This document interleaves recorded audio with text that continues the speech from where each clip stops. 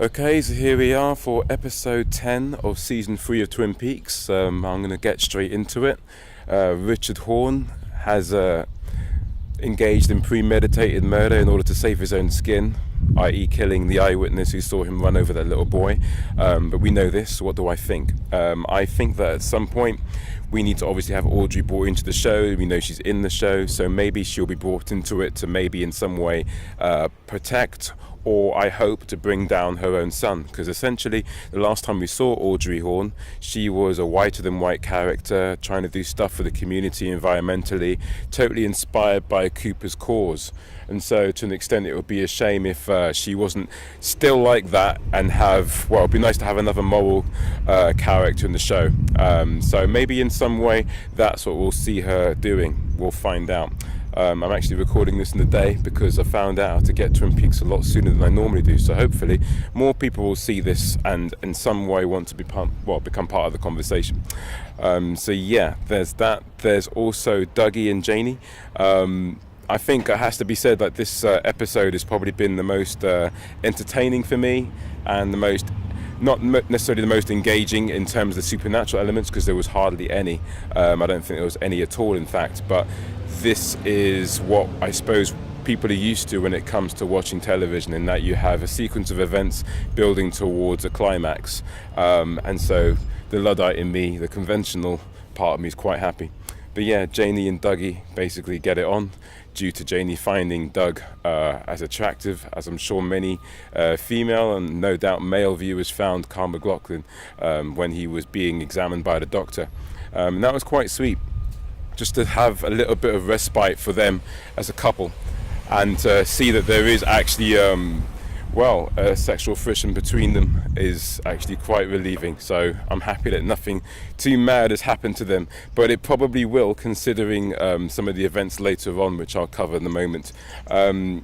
Dr. Jacoby is definitely one of my favourite characters in the show, and the fact that he's not actually contributing plot-wise isn't really an issue, simply because he's having so much fun telling us to basically dig ourselves out of the shit using his golden spades. So that was fun. I hope that at some point he does become a key role player in terms of his relationship with Laura in the past. Perhaps there are some tapes that he's recorded of their sessions together, because she was obviously his patient. Hopefully there'll be some of that that is in some way relevant to solving the many different threads of narrative that we have before us. Jerry Horne tied to a chair by his mother, so obviously to prevent him from running around the house and knocking things over and getting hurt, has to watch, unable to do anything, whilst Richard Horne steals money from her. I mean, that was quite sad, to say the very least, because she didn't really get much of a role in series 1 or 2. So the fact that she's actually getting a prominent part in this scene is quite tragic and quite sad, really. I'm hoping that Audrey will be brought in. I'd like to know the father of Richard Horne. I'd like to know a little bit more about how the relationship between Benjamin Horne and what's her name, actually? I'm just calling her Grandma Horne at the moment, but her name is Sylvia Horne. How that all broke down. Maybe perhaps in the revelations between the Horne family and Donna Hayward's family, in that he's actually the father of Donna. Maybe in that whole dramatic conclusion to that narrative in season 2, there was like a fallout, which, well, obviously I don't think Sylvia would be too happy to be party to. So anyway, he's paying her money. It must be some kind of agreement, or maybe they're still together. Who knows how these couples work? Okay, so who else do we have? The dodgy insurance guy who works alongside Dougie E, namely Anthony. He is now tied to the people that are running the casino, or rather, they're not running the casino. They're part of. Actually, you know what? It's not too clear to me. Maybe you guys can point it out to me in the comments. I'm sure some people would like to tell me exactly what's going on there. But essentially, Anthony is being used by the guy who is connected to evil Cooper to tell tell the gangster type people who own the casino that, hey, guess what? You know, this Doug E character, you need to get rid of him. He's like a threat to you. He's like been messing around with your insurance claim or whatnot. Just as a way of getting him out of the picture.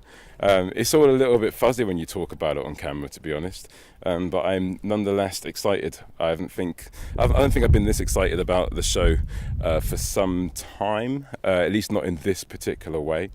Let's see. We've got Candy the Gangster's Mall being quite inconsequential in my mind, so I won't bother talking about her because she didn't really add to what I find is interesting about the show. Agent Cole seeing a vision of Laura. Is he actually seeing this? Is he going to talk about this?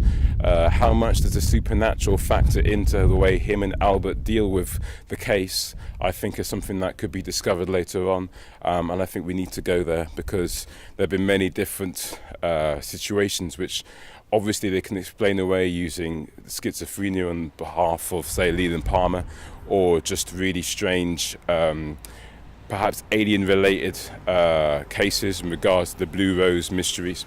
But I'd like to know a bit more about how the supernatural factors into what they think they are watching, what they're investigating.